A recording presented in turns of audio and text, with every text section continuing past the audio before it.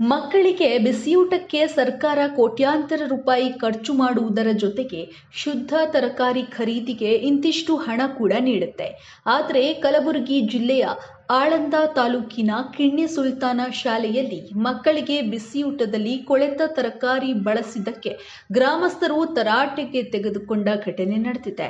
ನಿತ್ಯವೂ ಶುದ್ಧ ತರಕಾರಿ ಖರೀದಿ ಮಾಡಿ ಬಳಸಬೇಕು. ಆದರೆ ಆ ಶಾಲೆಯಲ್ಲಿ ಮುಖ್ಯೋಪಾಧ್ಯಾಯ ಸೇರಿಕೊಂಡು ಅಡುಗೆ ಸಿಬ್ಬಂದಿಗಳು ಬಿಸಿಯೂಟದಲ್ಲಿ ಕೊಳೆತ ತರಕಾರಿಯನ್ನ ಬಳಸಿ ಹಣವನ್ನ ಕೊಳ್ಳೆ ಹೊಡೆದಿದ್ದಾರೆ.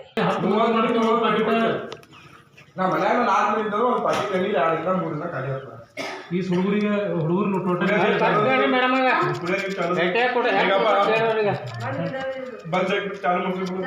ಹೊಸ ದಿನ ಮೊನ್ನೆ ಕೊಟ್ರಲ್ರಿ, ಬೈರಾಳ ಮೊನ್ನೆ ಕೊಟ್ರ ಹೊಸ ದಿನ.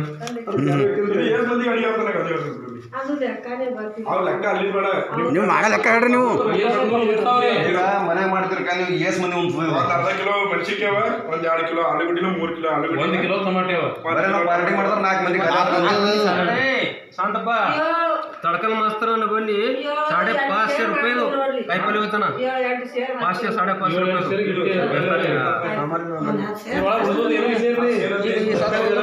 15 सोडा